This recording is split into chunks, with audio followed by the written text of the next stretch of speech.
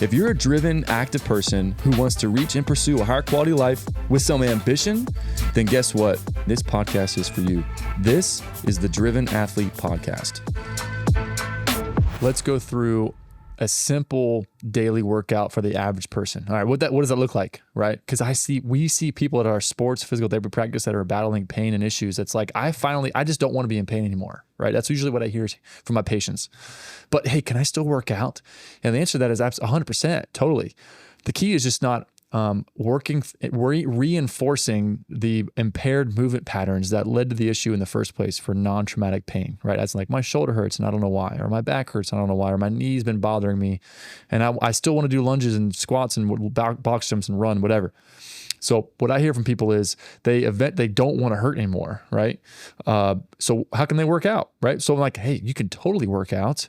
We just have to work on some things, prioritize some stuff so we don't reinforce the wrong movement patterns that led to the issue in the first place, not light things up and irritate things more, and then we can make some ground on gaining some fitness, right? Because in my opinion, I feel like the fitness game is what builds resiliency. I'm giving you all the secrets to life to stay out of my clinic, all right, and avoid pain, and longevity, right?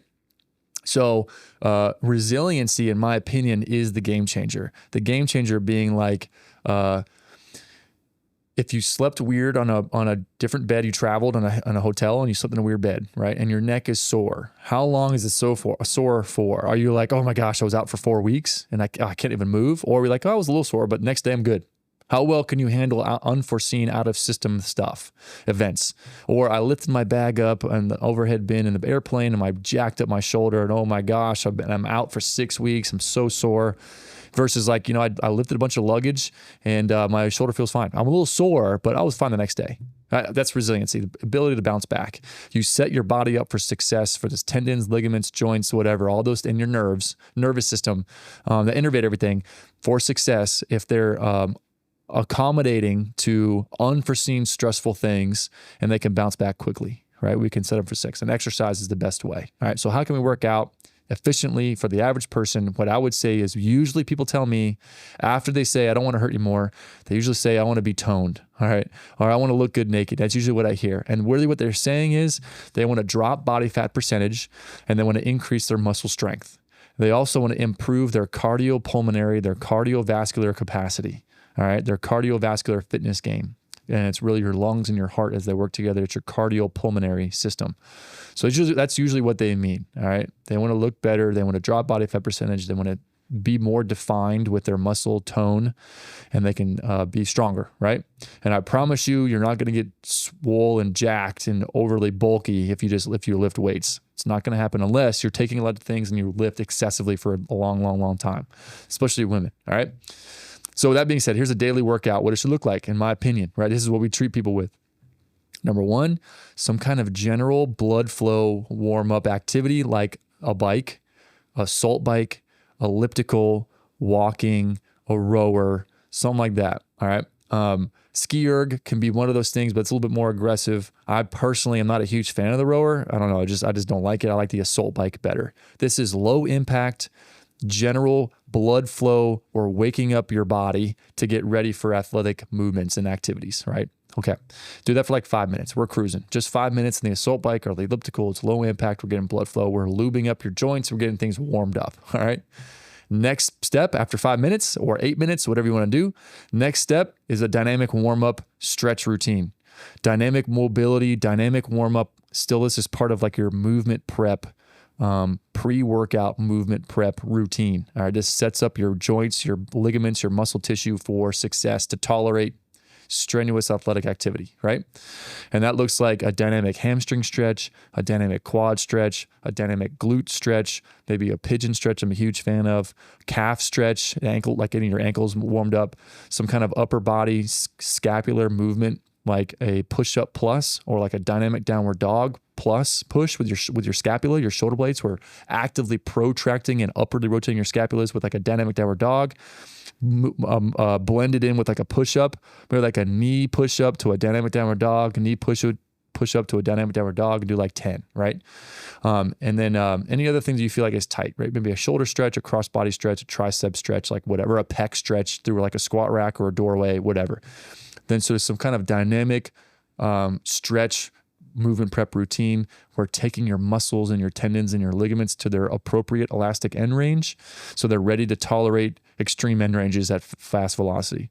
Make sense? Okay, cool. Step 3 is getting prepared with like a workout. All right. So I usually like I set up like a circuit of like 4 workouts and do 1, 2, 3, 4 one time. And then again, exercise 1, 2, 3, 4. And then again, exercise 1, 2, 3, 4.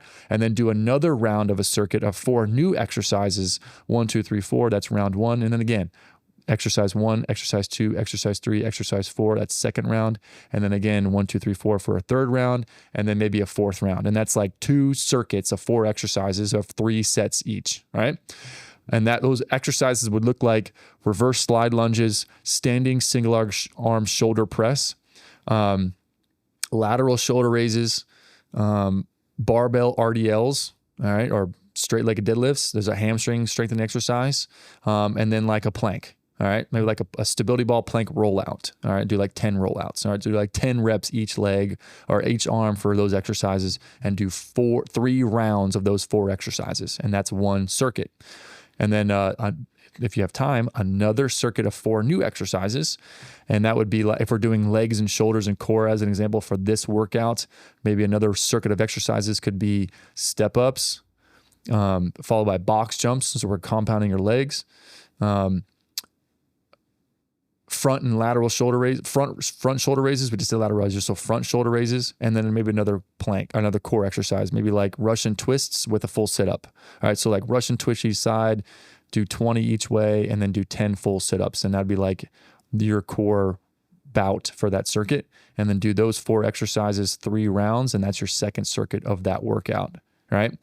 So you did a general warm-up blood flow, like the assault bike, elliptical, or something for 5 minutes. Dynamic warm-up stretching routine, a dynamic stretch movement prep routine, a circuit of 4 exercises for 3 rounds, a circuit of 4 new exercises for 3 rounds, and then finished it all the way at the end with like a high intensity, getting your heart rate up finisher, which would look like battle ropes or mountain climbers, or maybe interval sprints, as in like get on the treadmill and run at 75% of a sprint capacity for 45 seconds, and then walk for 30 seconds, and then sprint for 45 seconds, or like a 75% sprint for 45 seconds, walk for 30 seconds, and do that interval walk, sprint for like 5 rounds. All right. And that entirety would be its total workout. All right. It's very simple, but I promise a person that if they warm up appropriately, they just get things set up for success, and they stay diligent with exercise like that will probably take that entire walking in the gym, starting the bike, to finishing your finisher and walking out of the gym. That should take 55 minutes. All right. I'm very confident people can manage 55 minutes in a day, 3 days a week. And anyway, I'm very confident that if a person were to stick to that and do that 100 times over the period of a year, you would be a completely different person.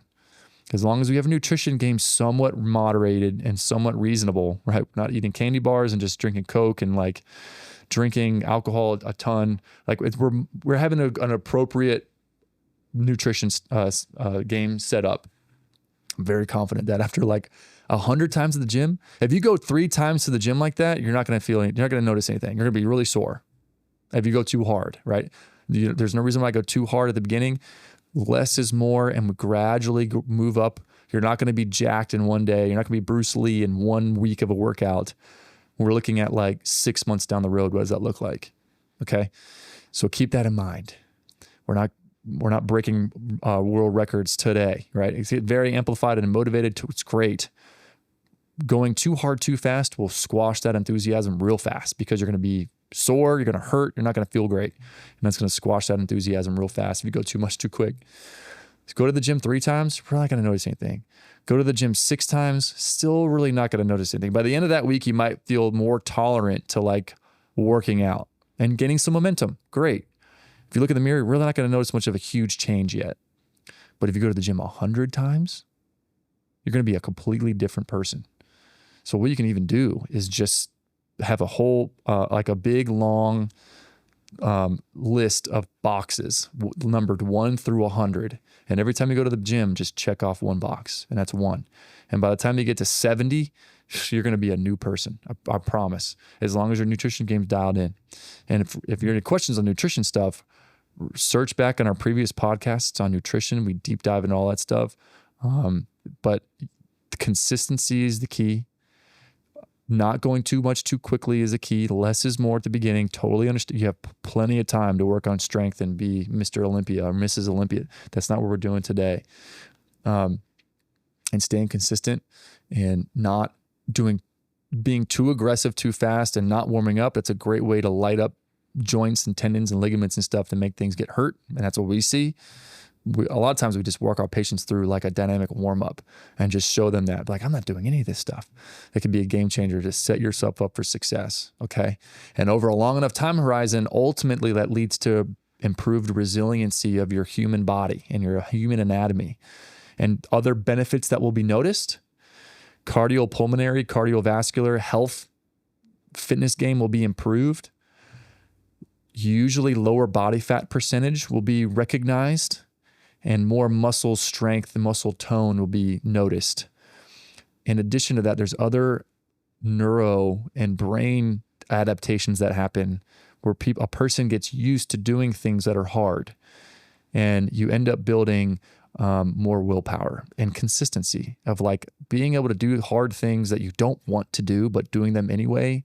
There's a lot of benefits that come with that over a long period of time. I promise you, and not just me, but the empirical evidence and other humans that have done research on this stuff find the same thing. And that's one of the huge benefits of just a cold plunge, because it sucks and it's hard and it's super uncomfortable. But if you can make yourself do it consistently, it helps with confidence, it helps with willpower, and it helps with doing things consistently that you don't want to do. And that ultimately will, over a long enough time horizon of doing things that you don't want to do that are hard and challenging, usually the things we're avoiding are those things. Consistently sticking to that and being boring and doing those things consistently and not getting too cute or doing too much too fast, you're going to see huge changes. And that consistency carries on to a lot of other things in life. But anyway, enough of the philosophy of life and the life meaning of life, whatever. But there is the evidence and research to show there's this area of the brain called the anterior mid-cingulate cortex. All right. I think I got that right. The anterior mid-cingulate cortex that has been found to be associated with willpower, where that area of the brain is larger in size and grows in size in individuals that do things that they don't want to do consistently. They make themselves do things that they don't feel like they want to do. They're not comfortable with doing them, but they do it anyway. And also they feel that they find that that area of the brain is larger for people that avoid doing things that they want to do that they know is not good for them. They avoid things that they want to do. They're comfortable with them, but it's not good for them. And they know they shouldn't do them, but they avoid doing them. And despite that, and they resist that temptation. That area of the brain grows. Interesting. Whereas in other people that consistently don't do either of those things, they just do whatever they want and they don't really concern themselves with repercussions, or like, I know I shouldn't do this, but I'm doing it anyway. That hedonistic lifestyle would be on that boat on the extreme end, or not doing things that they know they should do and they just avoid them or don't do them. That area is more atrophied, smaller. It's just interesting, right? But anyway, we can purposely work on that stuff. And the fitness game is one of those things, and it sets up your resiliency of your human body and anatomy over a long enough time horizon with including some fitness in your life, and it can be super impactful.